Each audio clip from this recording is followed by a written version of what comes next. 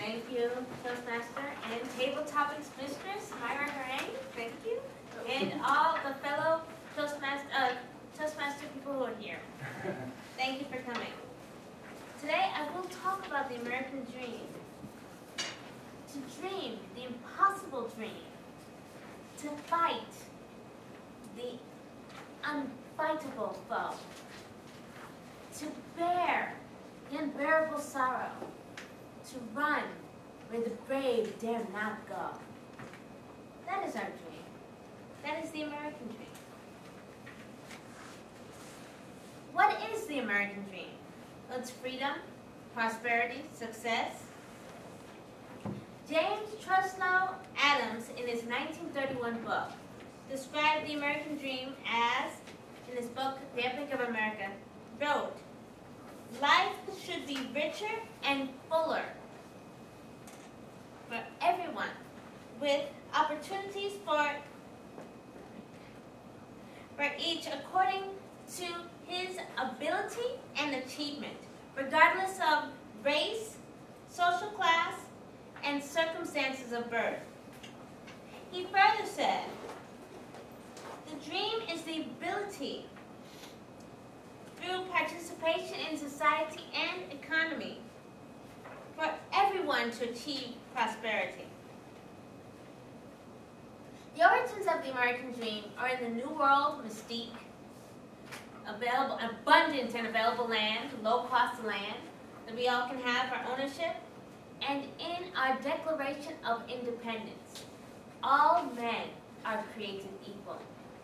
That's all men and women. The American dream is for one's children to receive a good education and career without artificial barriers.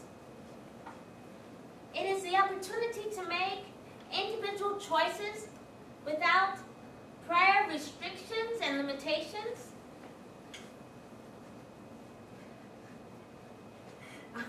And limitations according to their class, caste, religion, race, or ethnicity. As George Carlin joked, it was very funny. He said, "It is called the American dream because you have to be asleep to believe it." I kind of do believe in the American dream. How do you accomplish the American dream? Well, for Americans, those who are from this country and grew up in this country, and their parents are from this country, and their grandparents are from this country, and their great-grandparents are from this country, they have to work hard at school. They have to have good grades.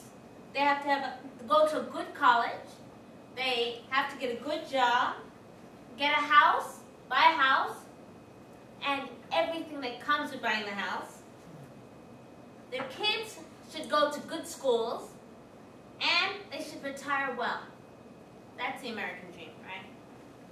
For immigrants, those whose parents just came to this country, or they just came to this country, you have to achieve the American dream, you have to work hard, save money, buy a house. Kids have to join in the American way of life. Kids are very American style. And you have to ensure that the kids go to good schools, they make good grades, and they go to a good college. How do you know if you have achieved the American dream? Well, if you're American, you have completed all of the steps, and you retired well, or you will retire well. If you're an immigrant, you've worked hard, you've saved, you own a house, and your kids are doing well in school and in life and everything. My parents have achieved the American dream. Mike Meltzer spoke about the American dream. He was giving his icebreaker and he just mentioned that he felt that his parents have achieved the American dream. And I thought to myself, hey, you sound like Battleship. How can you talk about the American dream? I thought of that topic for 6 weeks ago.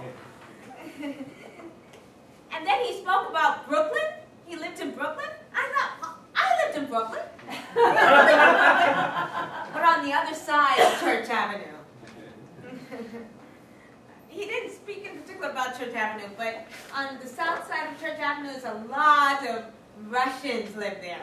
On the north side, a lot of Caribbeans live there. So my parents have achieved the American dream because my parents are immigrants. They're from the Republic of Panama.